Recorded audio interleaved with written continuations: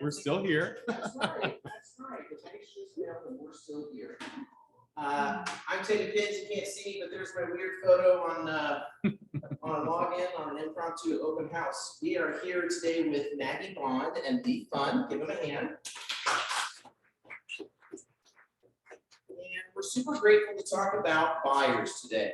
And you know, last year was like the white hot market of sellers. And you know, now we have buyers, I think, are still really the gold in the gem core of a business. And we just want to have a conversation today about some of the things that you either do and or have heard or have utilized in the past that you have found to be effective in your business.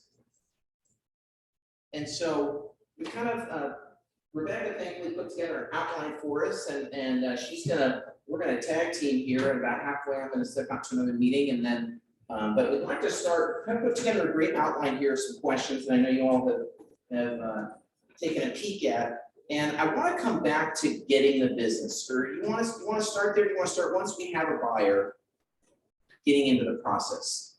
Dealer's choice today. Whatever you think. Whatever you think is best. Okay. Well, or Maggie, what do you know, finding the buyer to me is a whole nother animal, really. And so I'd like to come back to that part because you know.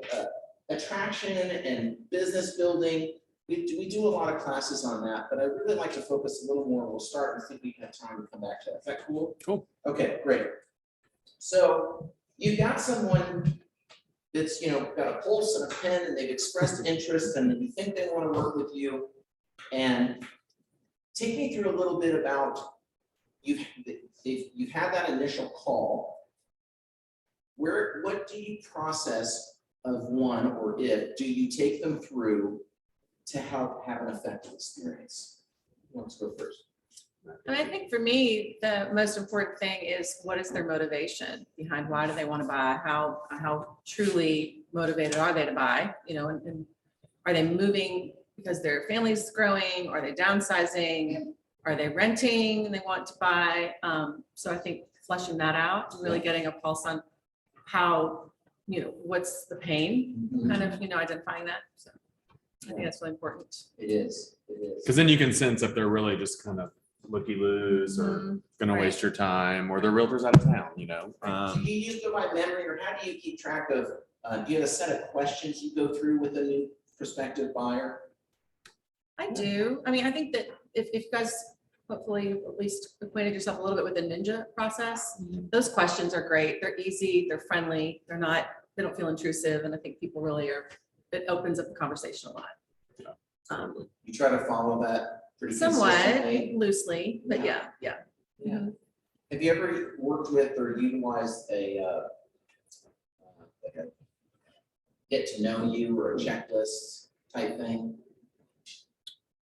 I haven't done any kind of formal, Yeah. more of just a conversation. You kind of find yourself almost in the same talk track with every buyer. It's not so much a script as what you've kind of seen that works when if you know them, if you don't know them, to kind of pry that information out. So in a way, I guess so, but not in like a formal, like a ninja outline of ask this, ask that. Yeah. Well, you know, it's different for different folks, and I tend to not utilize some of the tools that I have. I'm certainly at peace to share that because there's so much, right? But I do really believe like having a process, whatever that looks like for you, can help not miss things, because that's often what happens for me. And so sometimes if I have a checklist, like when I get on, I do have one for like when I write an offer. It's like, oh my gosh, what are the questions I need to make sure so I'm not like, oh yeah, do you want an appraisal contingency, or it's obvious that. So do you do a buyer presentation, and can you share a little bit of what that looks like? Is that in person? What tools do you use? And is that always the case, or could you speak to your process with that? So I'm really big on meeting people in person. We'll talk on the phone, of course, and then I like to meet people in person to walk through the buyer process, you know, the presentation that we have, the village provides to us. But then I'm really big on, yes, Vanna White over here. Yeah. Yeah. But I'm also really big on walking through the contract, like an offer. Because I find that especially people who haven't bought in Tennessee or the first time buyers, they have no idea what it's gonna look like when we go out and find something that they fall in love with.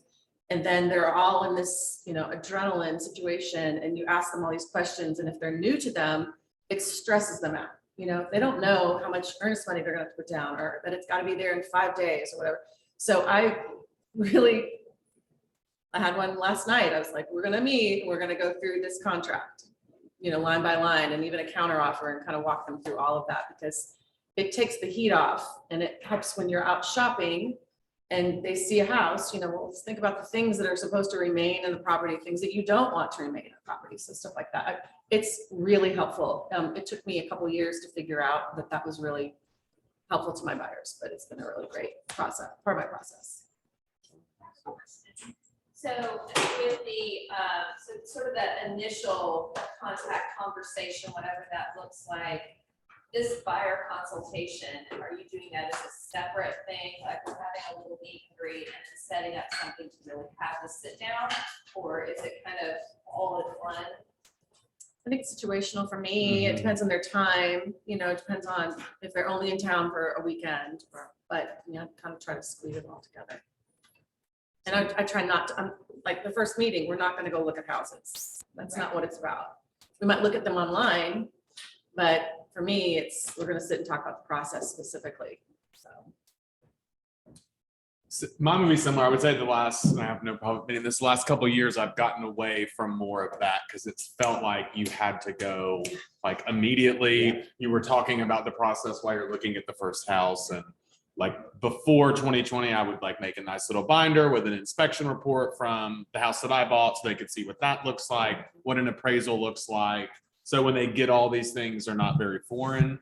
And whatever happened in 2020, it just felt like, it was more important to get to the house as quickly as possible. So I'm trying to get back into the more of the consultation, come to the office first, or go to the coffee shop first, and then go to the house, explain those things. Because it felt more like we were going over it, but in a very quick, not bringing the contract in front of them and breaking it down by paragraph, just summarizing, this is how many days your inspection is, this is how many days you have to get your earnest money in, doing it more like that versus the consultation, which the consultation just makes you look like a professional, and it just sets the expectations of everybody, which is always nice. So when you do a Yes. buyer binder, what are some of the things that are in so you've got the buyer consultation and you're talking about things, what's in your buyer binder? The binder Just would some ideas if you wanted to create one. Yeah, I did the buyer presentation, a sample home inspection report. If you don't have one, or you don't want to use one of your clients, but you use an inspector all the time, same one, just ask them for a sample report. They'll strip out the personal information. That you can Google a copy of an appraisal. They're all ugly and they look the same. And then the contract, a filled out version of the contract, not just blank. So like what it would look like, what we see normally in the marketplace, like seller pays title, explaining that part of the process. So I just did that in a three-ring binder and gave it to my clients, again, a few years ago. But we got to get back into these things now that we feels like time to take a breath and kind of slow everybody down. I love you share that, Lee, because I think we can forget that these tools are different, even if they bought and sold 3 years ago. And refreshing them to that, and it should also reflect, I think, what your working hours are. What's realistic. You're not a 24/7 person. Right. No one is. They do have to rest. And so don't tell people on your voicemail you're with another client. You're not always with another client. So I love that you. I'm probably out showing property, so leave me a message. writing contracts. You're like on your couch watching Yellowstone. Yeah.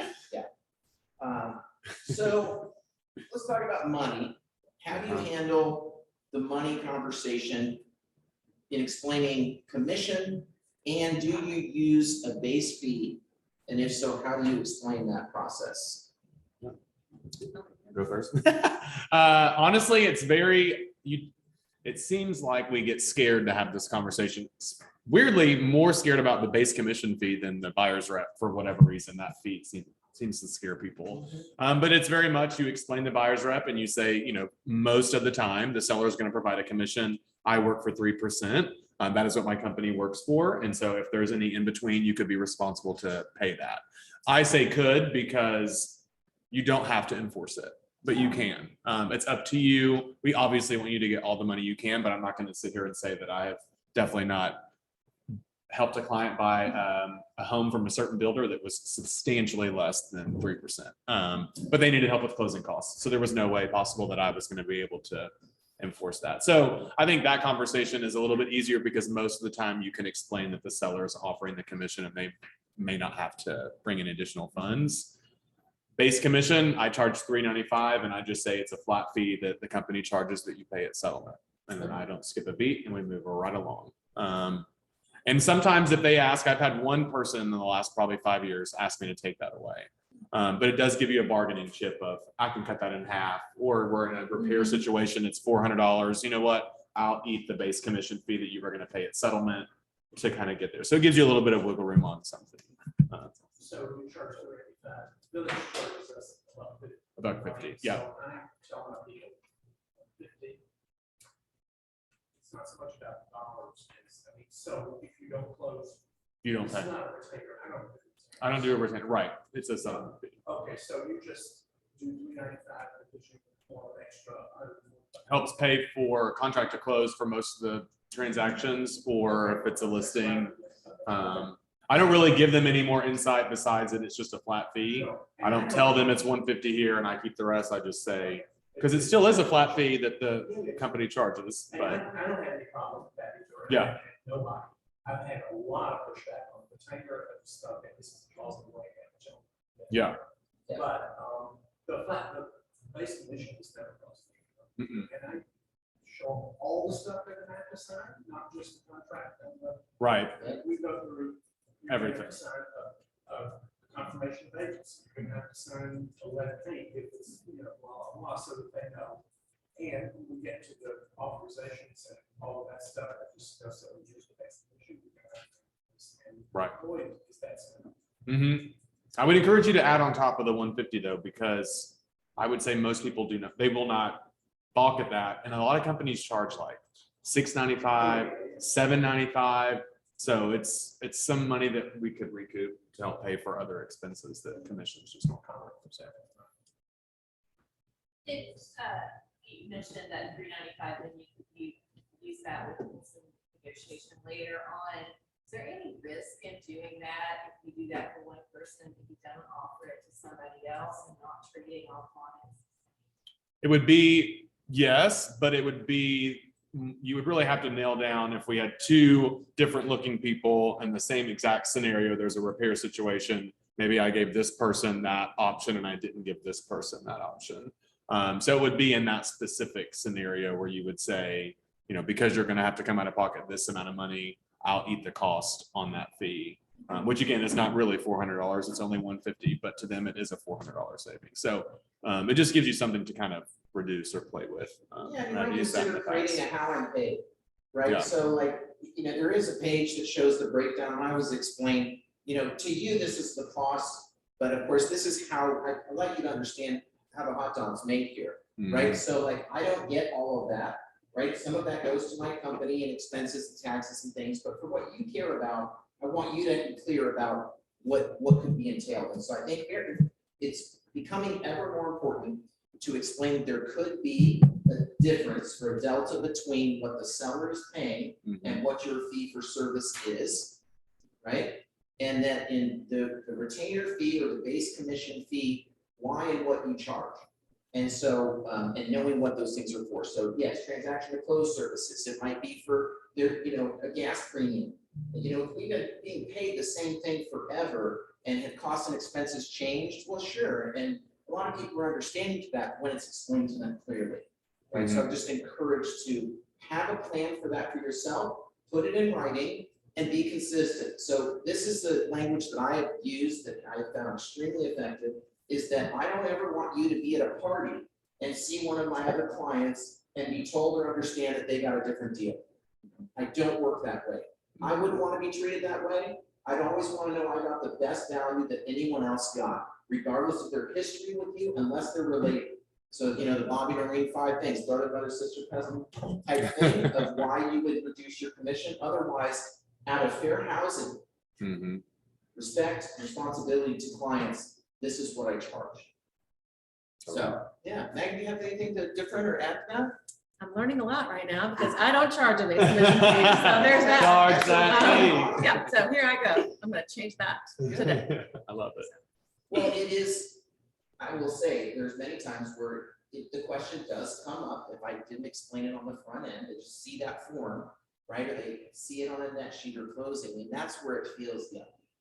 So you really gotta tell them on the front end, and don't feel bad if you don't charge it. It's okay. Some people are like, I just don't think that's right or okay. Right, That's totally fine. okay. Just have intentionality to what you're doing with all the things.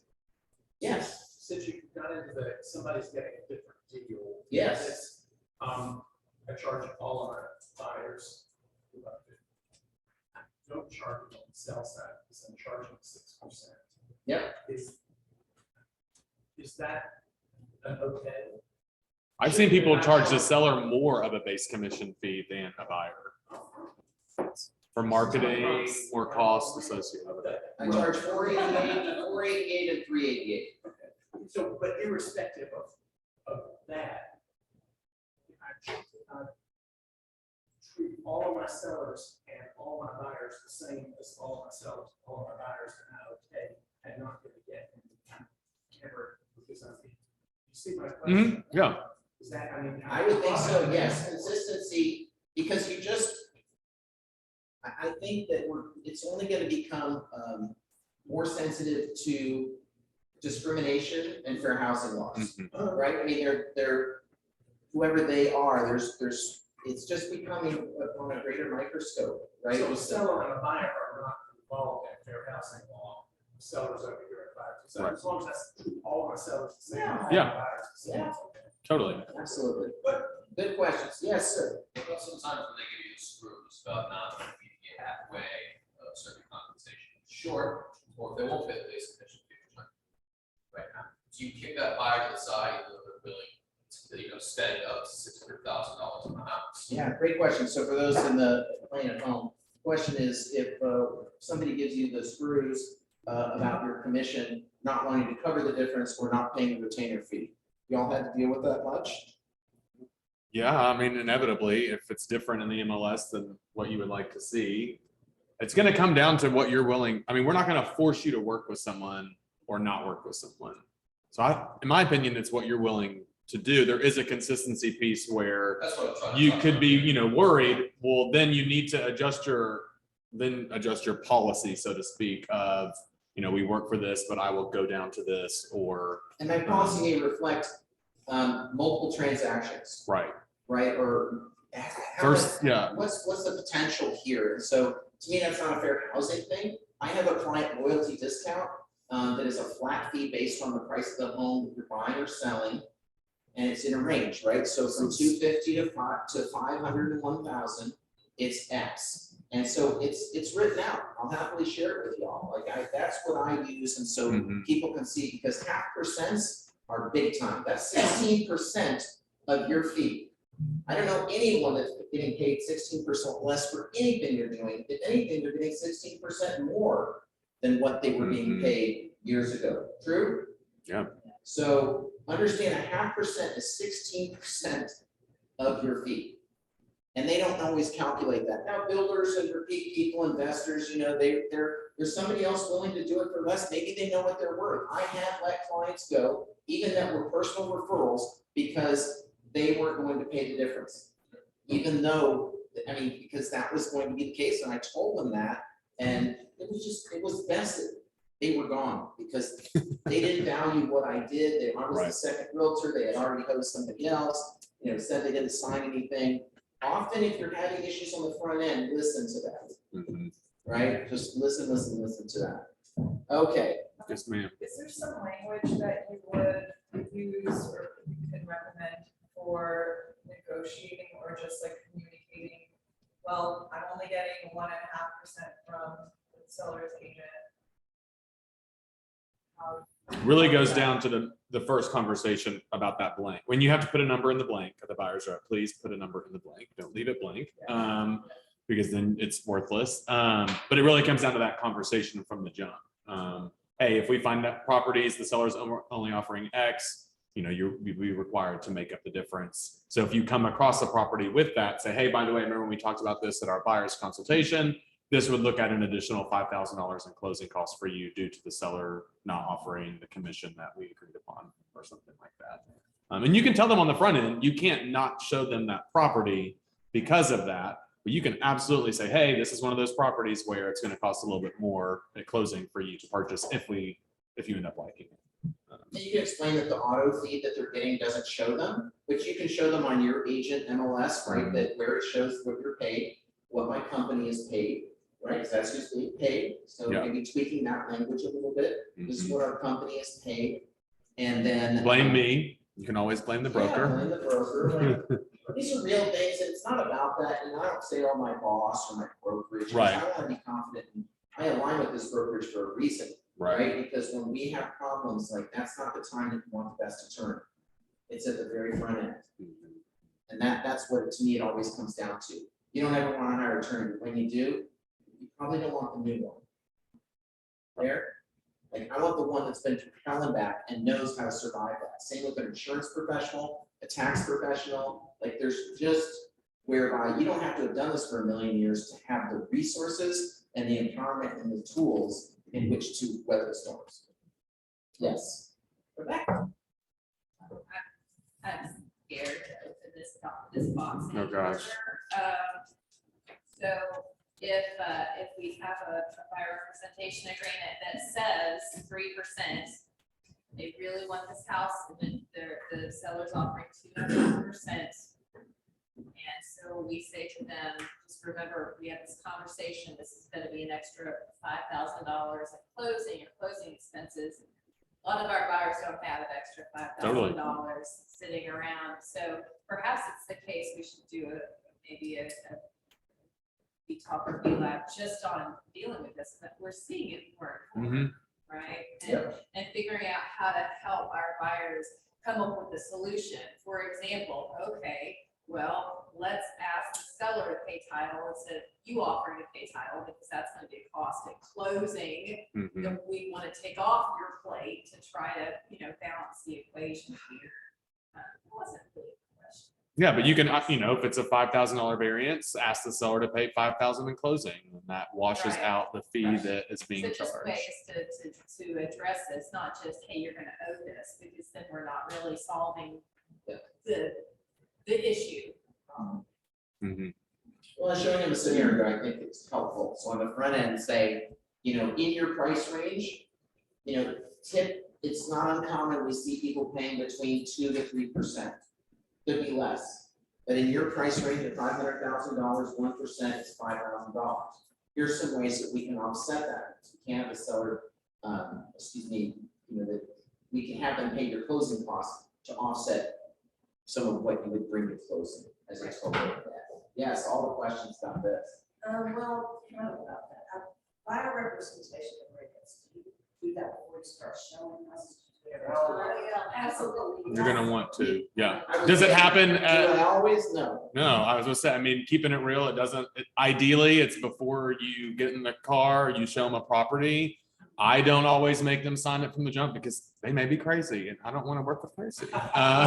So we'll go look at a couple properties to just see if we're working together. But sometimes it happens when you're submitting your paperwork to VMint. That is not when it's supposed to happen. But yes, it should happen kind of at the first meeting. Or when you first hire each other. Yeah. I'm pretty much a stickler for it anymore. Still get burned, but. Oh, yeah. And we've all been on both sides of that, right? Where you've been working for somebody and you're showing them stuff, you're sending them stuff for months. And then they decide the person that they play golf with is a part-time realtor, sells one house a year, they're gonna buy this condo from them, so.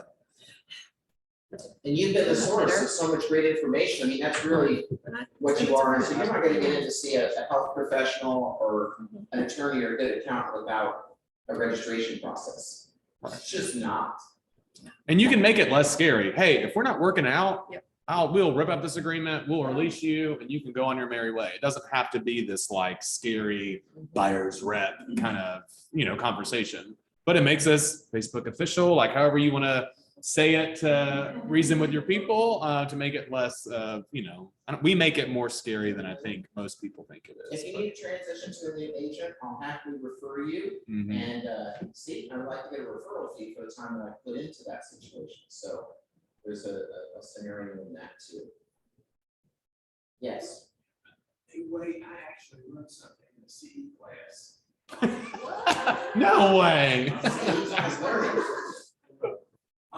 This past fall, I forget what the class was, but the instructor she was sharp and good, and the way she avoids some of this awkwardness around the mission fill in is to say, okay, this is offering 2%. You've agreed that you're gonna make me whole. Do you even want to see this house? Yes. So you get their buy-in before you even go look. So, some part, if somebody falls in love with that house, previous, and then you get into this bubble about the. I'm so glad you said that, Yeah. because I have had quite a few buyers choose not to look at a house because they weren't paying my fee. Mhm. Right? It's not like, oh, they weren't paying $3, they're not paying my fee. Right. 15 to 20% of that. Absolutely. Yeah, yeah, and explain that to your sellers, right? That I do, that's how I explain to my sellers what to offer. You can offer 2, 2.5, 3, 4 in a Tesla. I mean, I've seen it all. Really, I mean, BMW leases for 2 years when the market was tight. It's likely maybe heading in that Stop direction. Or weird combos will come up. Trip to Disneyland. Yeah. All right. We'll do a lab on money and retainer fees and base fees and all that good stuff. Let's keep it cooking. Before the showings begin, so what search tools do you use and how do you bring your buyer into the process of finding the house? Max? I use Real Scout. I really do like it. I think it's really easy for a buyer to navigate through it. And my buyers really like it. It's easier to chat through that platform than the Real Tracks feedback situation. I really like it. I just used it for the first time on a buyer, to use Loy's terminology. It was a much sexier experience Right. than the auto notifies. Right. But it was my first one and she liked it. So I'm gonna it's kind of my goal this year. I've gone back and forth on, I always hardcore set up searches in the MLS, just like in my mind. Mhm. And then I would push them to Boomtown or whatever website I was using at the time. And then inevitably they would send me a link from NashvilleMLS.com, which is Gary Ashton's site. And you're like, okay, well, so I've just said, I'll set you up here. You can use whatever website you want, whatever app you want. Just don't request a showing through that application. Just send me the address. Very So they don't accidentally do that, because they will think it's going to you somehow or the listing agent. So just let them know, if you love Redfin, it's the best website, in my opinion, on the marketplace. You can use it. Just don't request, because then it's an awkward conversation for the agent. You have to call that agent and then walk it back. And so. And explain to them, sometimes the data is not current, right? So Exactly. they may be inquiring on a property that's pending. The other websites don't often put that transparently, because they're trying to Zillow. attract buyers, because people are paying for clicks and all the things. So Mhm. explain that to the client, that, those sites, when they're requesting those showings, like how it works, but use the tool you're comfortable with, Yep. meeting them. And I tell them, finding the house is a team sport, because I often hear from buyers, our agent didn't even find the house. I'm like, well, good news is that's really not my primary value. Right. I start earning my keep when we go to write an offer. Mhm. That's really what I do. Anybody can let you into a home almost. Yeah, I felt kind of confident with MLS being like first info. Yes. And then I had a client send me a listing she found from Zillow that had not yet come up on her auto notify, came up a day and a half later. How did that even I happen? know, How come? I know about that. And Oh. so I was like. Did they put it on Zillow first? I should've seen I that. have guessed about that. Yeah. It used, until recently, when a house went coming soon in MLS, it was just as coming soon or it was active, so, but it would go straight to Zillow. And they don't say active, coming soon, whatever, they just say house. Right. And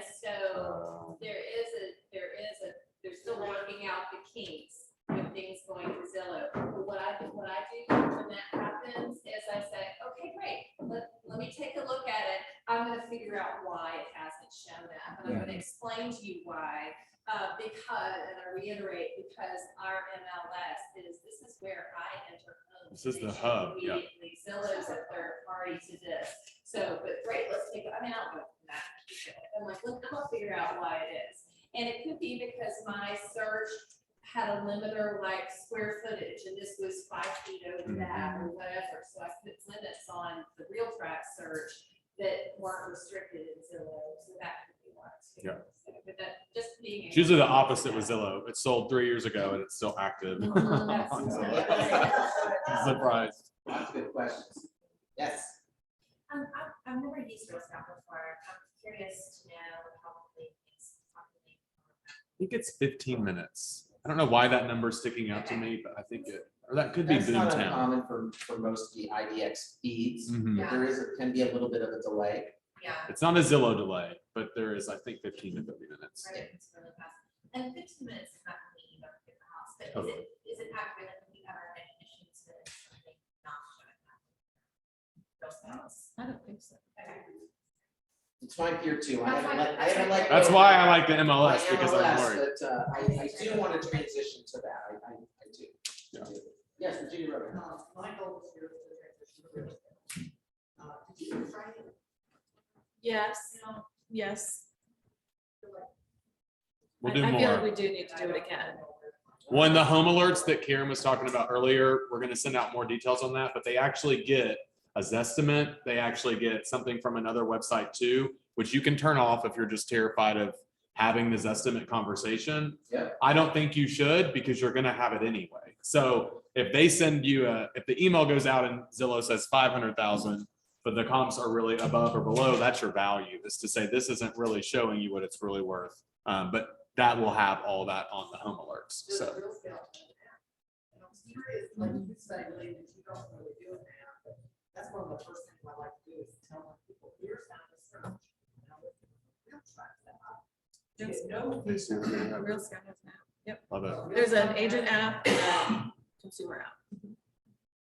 Like that. actually. I feel like My clients do. Yeah. Love it. Virginia, when you say get no feedback from real tracks, what's that Well, mean? a client has to. Mhm. Thumbs up or thumbs down, but that's only on the. I want them to know when I search for a home. That you go through track. From makeup, this is where I use it. And so I kind of do a little tutorial on how it works, but I don't see what. I think it's important to empower the buyer to do a search, because we know they're gonna do it anyway. But I help tell them that I'm setting up a search as well, based on the criteria. And so I have a critical conversation about this, because I find this an often pitfall, is what is the number you absolutely are not going to be disappointed that you don't see a house at? Because when I give an example, somebody will tell me their budget is $750. And I'm gonna set up $750, or with your permission, $765. And then you start sending me homes that were $800. And of course, Right. those are the ones that you like. And then you start sending me homes that are outside the area that we discussed. And so then we don't shame them for that, but I'm very clear with them that maybe we need to have another conversation about our openness to these things. And if you are, just let me know, we'll shift the criteria. I'm here to help you make a better decision based on what you tell me you want to do, rather than explore all the things, because it can be endless. So can I show you, like, this is the Real Scout app. Just when I open it, it shows me that my clients have opened all of those listings that they've been sent. So, And you search for homes. oh yeah. But I'm just saying that from the notifications and a conversational standpoint, I know that they're looking at the stuff I'm sending them. And if people stop looking, I kind of want to follow up and say, hey, you know, and like I have one guy who's like totally out of the market now. I'm like, okay, I get it. You know, and I don't want to bother you by sending you these things. Right. So Real Scout does that? Yep. Oh, So they like do too? Beth Walker opened an hour ago. So I like it. I mean, it's very insightful and try it. I love it. Love it. All right, I'm gonna turn the reins over to Rebecca, but we'll transition here to what kind of homework do you give your buyers, or make sure that is there anything you make sure that they have done prior to looking at homes? Pre-approved. Pre-approval, yeah. No exceptions, gotta do it. Yeah.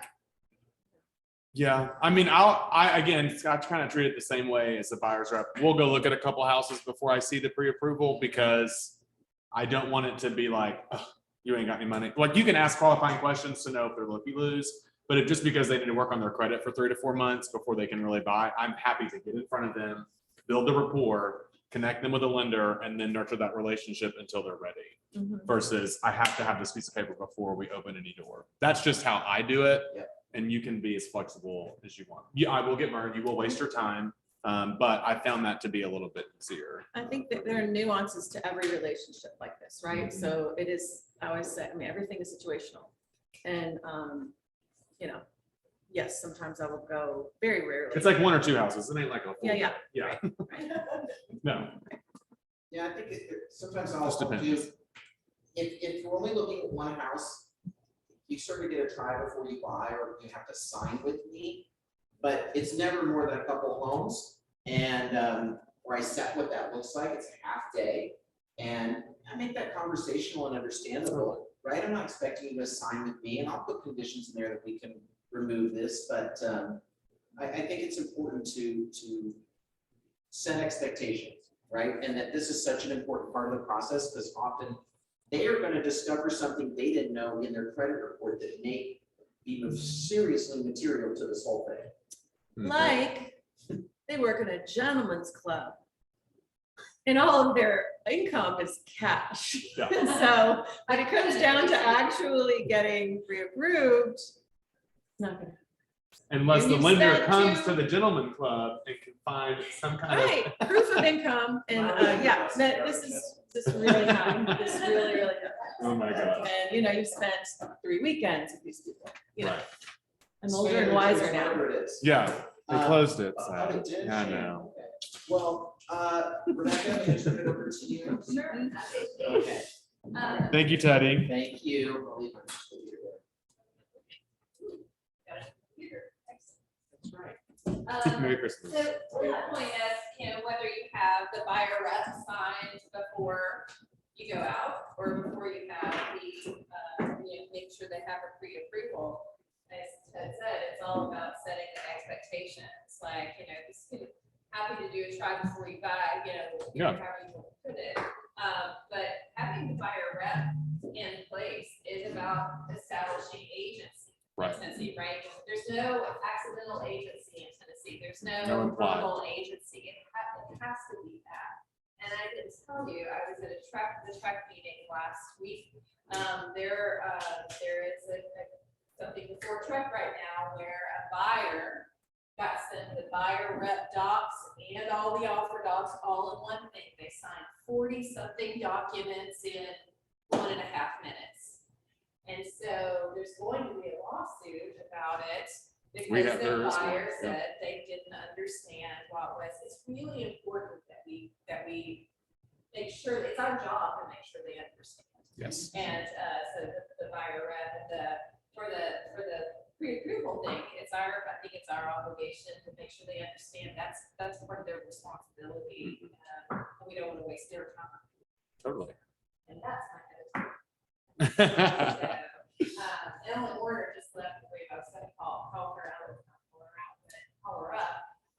She had this conversation at least once or twice with buyers during the frenzy. Mhm. If this house is going to be gone in 12 hours, 12 minutes, whatever, Mhm. anyway. So if you're not pre-approved. This is not the market for you. Then, okay, if you're just trying to figure out what you like, but we need to have that understanding. If you're not pre-approved and we go see this house, you're not. It's too late. During that time. Also, the approval gives you some limits on what you can look for. Well, yeah, I it just know, helps I you know. understand. Hell, I'll go out and look for $4.5 houses all day long, but my budget is $400,000. Yeah. There's no point. So I mean, it's really sort of a kindness Mhm. to your buyer to say, okay, here's your money. Totally. And they may be thinking, wow, if I spend $50,000 more, that's going to be $300 more a month. Right. When it's not, and then they can get the kitchen they love, or they don't have to buy something. It's qualified for more than they cost. Mhm, Which is totally. what works for Even me. better, yeah. We all win. That just happened to me for the first I love it. Great, so buyer homework, what about, I learned this from, this was several years ago, I was fairly new. And Sylvia Gianni had a client, new home buyer, first time home buyer. And she would give her an assignment to go drive X neighborhood. I do Or that. go drive Y Yeah. neighborhood to get, to do Yep. some of that. Yep. To help them get a sense of, here's all the stuff, let's start pushing all that down the funnel. Mhm. And you need to drive by, this is, you say you like this area in theory, and it's in your price range, you need to drive by. Yes. Anything like that you have folks do, out of towners, that's really. I do, for sure. Some people are like, I want to live in East Nashville. Then we go look at 5 houses and they're like, I really don't love it over here. I think I want to stay over on that west side. But so Yeah. early on, I've learned, Right. go drive around, here are some neighborhoods you might like, check these out. Right. And it really helps them too, because they're gonna look at it with different eyes than I am, just pulling stuff off the MLS. Totally. RPR is a good resource for that too, especially with out of towners. You can do a market or neighborhood report on the zip code, and it answers that question that they want to ask, but we can't answer, and who lives here. Not as a negative thing. I don't think always it's discriminatory, but it's just who are my neighbors? Like what does this neighborhood look like? And it gives you education, income, children. It gives you all of that in a nice kind of pretty way where you don't have to answer that question. There's any risk by sending them that information? So we're the source of the source, and it is by census data. So, and you don't frame it like, here's your neighbors, you can do it down to the actual subdivision on some subdivisions. It will show voting patterns, it will show the whole kit and caboodle. And it is, hey, here's a report on home prices, how they've appreciated in the past few years, what the local community looks like. And it's not something that we made, we got it from, and it's an NAR product, so. But yeah. Don't frame it in a negative way, but. Any other practices you want Zoomlanders or folks here for the buyer homework before you go out? It's kind of homework, but one thing, and I never remember the term that Ninja calls this. I think the term is kind of a misnomer, but it's showing somebody, if they say to me, I want 5 bedrooms and I want a pool and I want to be in Williamson County, but I want to be on this side. I'm going to show some buyers, I will show them what that costs before we just start searching for it. It's kind I look at it almost like reverse prospecting. What is it called? Does anybody remember what that term is from Ninja?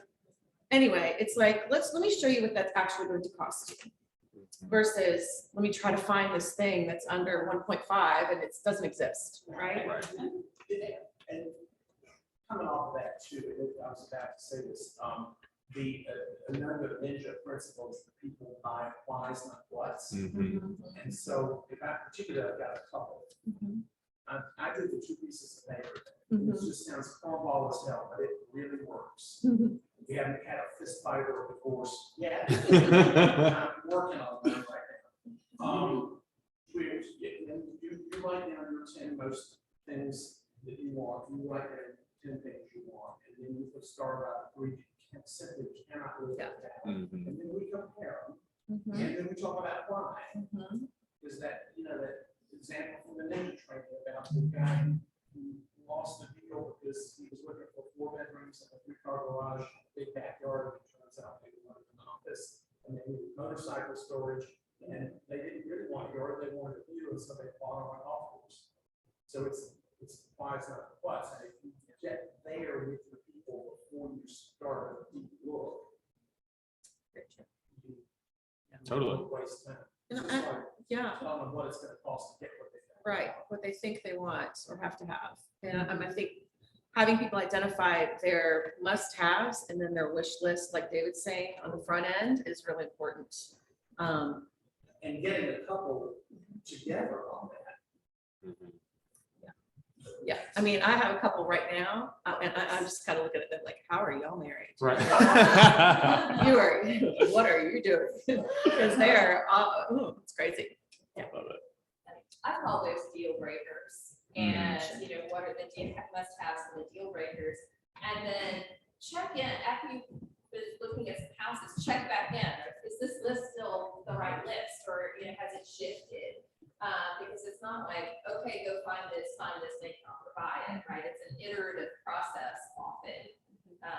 So we need to be checking back in. One thing that I do for homework sometimes, depending on the situation, during the crazy child, when every open house or every new listing I went to, I saw Emily Warner there, because of that, right? Because we had the same client needs at that time. Oh, I remember that. Over and over, and Every showing. and it's like, I mean, you and you're right after. the You're like, no, get the hell out of here. This is not.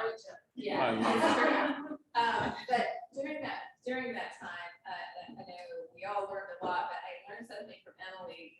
I learned lots of stuff from Emily, but about saying no to clients without pre-approvals during that time, or not an absolute no. But there are some things we can have them do. Say, look, it's not going to be productive for you in terms of landing a house, in terms of educating yourself. Yes, but one thing I may do is I want you to drive neighborhoods. We've identified 3 areas you're interested in that's maybe in your price range, and I will send them. I printed it out, but I will send them based on that search the open houses that are coming up that week. Oh, I love that. And the map that says, hey, why don't you go drive the neighborhood if you want and stop in? Remember, we do have fire road agreements, so you can't work with anybody else. You Right. know, so, and make sure that we understand. But if you want to stop in, great, there's something you just take a look at before you really get down to it. So that was just something with that crazy time I learned from Emily. And then, okay, I was telling you, we're not going to go out and look for houses until you're really ready. But what can you do? Right. You know, what should you do? What would benefit you? Totally. Is how do you do that as well? Awesome. Well, we're totally out of time. So we started a few minutes late. Maybe we'll just, for those of you Zoom leaders, if you had a chance to look at our topics and flow, folks who are here, are there any questions that just burning and you want to cut out? We could address 1 or 2 more, and then we'll just do a follow-up. I don't know how long topic this is, but when you're setting up a search, let's say that you really want to make sure it's either owner occupied or not, like, restaurant, how do you find that? And what is the zoning like? That is, we Pretty. do have a class on short-term rentals and such that's recorded. And we do have other resources for that. And that's probably more than a student question. Yeah. But if we want So to you take it can- on, go ahead. I mean, for the most part, it's not. You'll see pockets in West Nashville and East Nashville mainly. If it's commercial zoning, it can go. You can add, I wish Real Tracks would just add a field, but we've asked, you can add extra criteria for remarks, and you can put STR, STRP, NOO, and that will bring up some, but really you just get in the Facebook Yeah, groups. so I mean, there's a it's, Facebook group specific to that. Yeah. That's really helpful. Mhm. And then there is an agent, I'm sorry, I cannot remember her name. She and her husband are Womack? developing, is it Womack or Lomac I or don't something? remember, and she and her husband are actually developing some software that will be a specific search for SDRs. It's in the works, but maybe we'll know about that soon. Since we are talking about buyers, how is everyone feeling about the market in the next couple of months? Not even 2 months, just the next month. I'm hoping there's more inventory coming, because there's just not a lot to show right now, I feel like. I mean, in several price points. I will say last month, year over year, pendings were up over 100%. We have 150% more inventory, so it's looking like we're headed in the right direction. We're looking like 2018, even from the brokerage level on sales, kind of in that trajectory, which I know it's hard. I don't really remember what, I don't remember anything past 2020. So I'm kind of scrambling, like what was normal life for us? I just kind of have forgotten. So. The fact that the market has changed, and I've got to go, and this is for maybe a class, but how do we make offers because for Mhm. so long, it's just how much more than the asking price can you afford to go. And you don't Right. ask for any We're gonna concessions. Get this in on Sunday afternoon, because the deadline is 10 o'clock Monday morning, and done. Yeah, So now people are asking me, what do you think I should offer? Can you probably gas? it's a good, let's do that. It's a good one. I think you always call the listing agent, kind of feel out that 100%. situation, and hopefully they're open to a conversation and will give you some insight, but yeah, I mean. It's just how you strategize, and, one of the things I wish we had done with this, it's low on it, down on the agenda, but, what do you do when you find a customer, a low ball? Yeah. And everything you should since last summer. That's about, right. I could tell people, oh, I'm not even gonna want that low ball, go get you another. Mhm. That's no longer the case. Right. And that was an exaggeration. I never said that. But you thought it. Yeah, so anyway, that may be a. Sure. I like that idea. Absolutely, I think it's fantastic, absolutely, thank you so much. All right, well, I entirely ran out of time, I'm gonna play Ted, because he's not here. And, thank you all so much for joining us, Lee and Maggie, thank you. I'll follow up on the STR question, we'll be having another class soon about making offers in the new market and getting beyond, getting to price. And When is that gonna be? ASAP. Maria said tomorrow. Not in June. I'm not sure, but. Yeah, no. Well, I'd be in a different market. We'll by get then. it, we'll get it soon. All right, good. Thank you Oh, I all love so it. much. Thank you. Thank you.